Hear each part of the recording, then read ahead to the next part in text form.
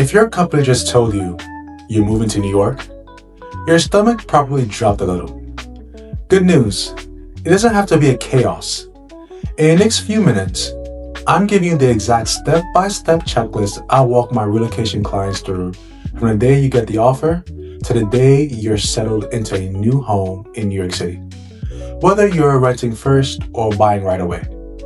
This is the same process I use with people relocating here for work every single month. So by the end of this video, you'll know exactly what to do, in what order, and what not to waste time on. Let's get into it. Quick thing before we dive in.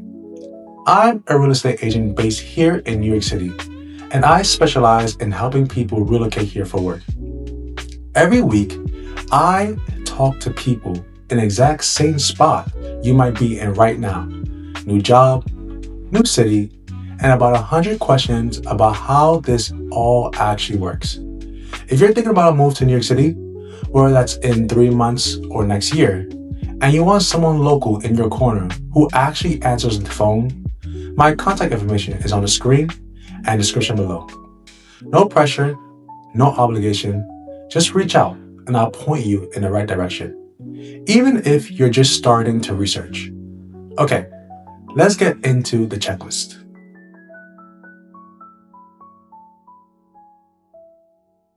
The single biggest mistake I see with work relocations is people waiting too long to start. New York moves fast. Apartments and homes get shown, offered on, and taken off the market within days, not weeks. So as soon as you have a start date, I want you to work backward from it. About 90 days out, you should be researching neighborhoods and thinking through commute options, just getting a feel for the city before you're under pressure. Around 60 days out is when you want your finances in order, which I'll walk you through in a minute. And that's also the point where you should start talking to a local agent, even if you're not ready to look at listings yet. After 30 days out is when things get active. You're touring, applying, or making offers. And that final week or two before the move, you're locking down logistics, movers, utilities, and any building requirements that could slow you down on move-in day. If your company is covering relocation costs, this is also the time to ask HR exactly what's included, whether that's temporary housing, moving expenses, a lump sum, or brokerage fee coverage, because that number really does change your whole strategy. So get it in writing early.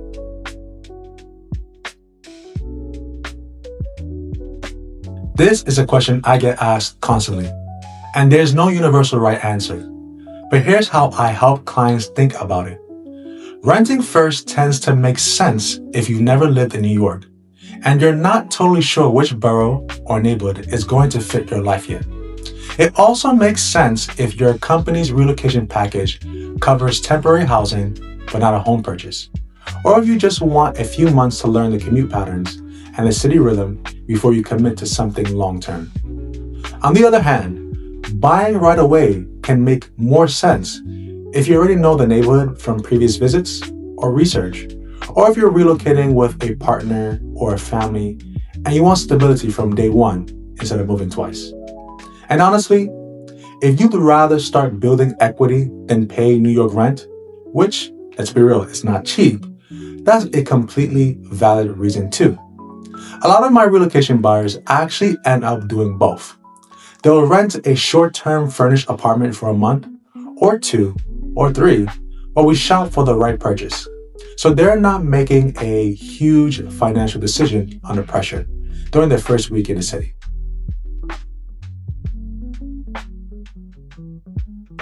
New York real estate runs on paperwork more than almost any other market I've worked in.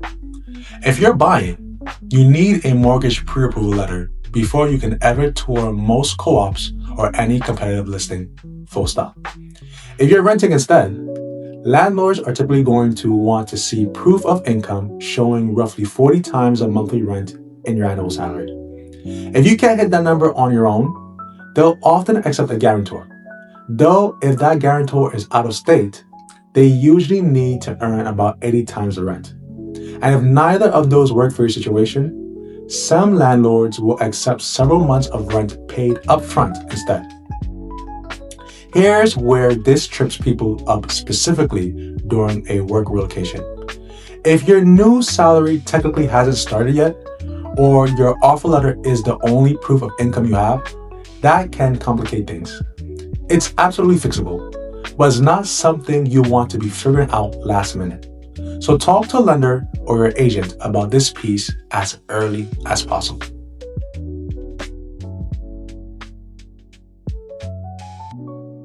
New York has some quirks that most other markets simply don't. And these are the things that generally surprise relocating buyers and renters the most. First, co-ops versus condos.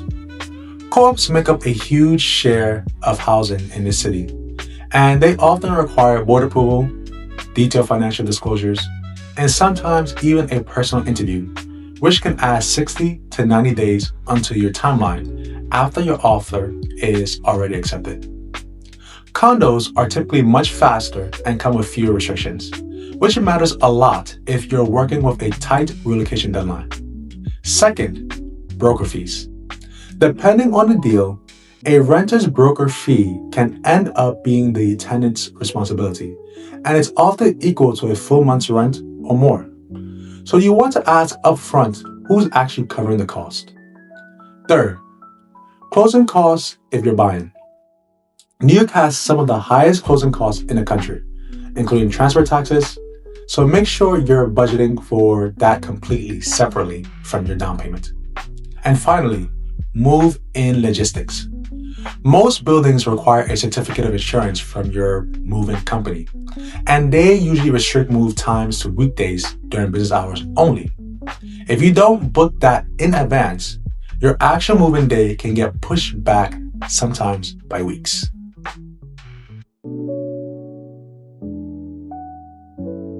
Don't pick a neighborhood off a map. Pick it off your actual commute.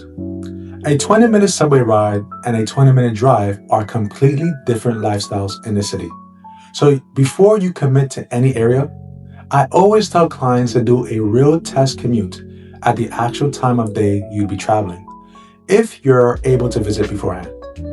Check if subway lines actually run near both your home and your office, and pay attention to whether there are weekend or overnight service changes that could affect you regularly, because those happen more often than people expect. And think honestly about whether you want to be walking distance to restaurants and grocery stores, or whether you'd rather have quieter, more residential streets, because both exist here, and the right answer really depends on your lifestyle.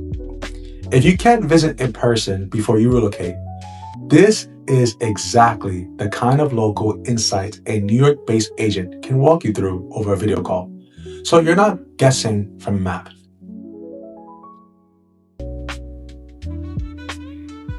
Once your housing is locked in, there's a second checklist that people almost always forget about. You want to set up your electric and gas through Commute and get your internet set up through a provider like Spectrum or Optimum, ideally about a week before you actually move in.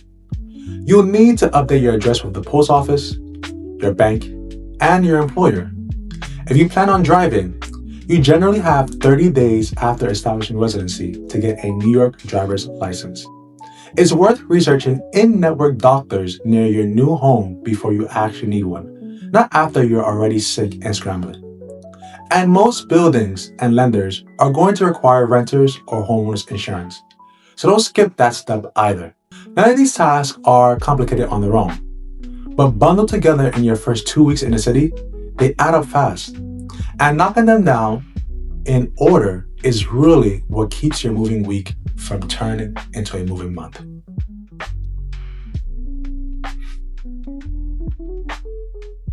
I want to clear this one up because it generally stops people from even starting the process. You do not need to already be living in New York to buy property here, to get pre-approved, or even to close on a home. I regularly work with relocation buyers almost entirely remotely, right up until moving week itself, using video tours, digital paperwork, and I also handle everything in person on the ground. Your job relocation timeline and your home search timeline can absolutely run side by side. They don't have to happen one after the other. If this helped you get a clearer picture of what relocating to New York actually looks like, the best next step is to check out more videos on this channel. I break down everything from neighborhood guides to what it really costs to live here, so you can walk into your move informed instead of guessing. And if you're relocating for work and want a local expert in your corner, my contact information is on the screen and description below. Thanks for watching, and I'll see you in the next one.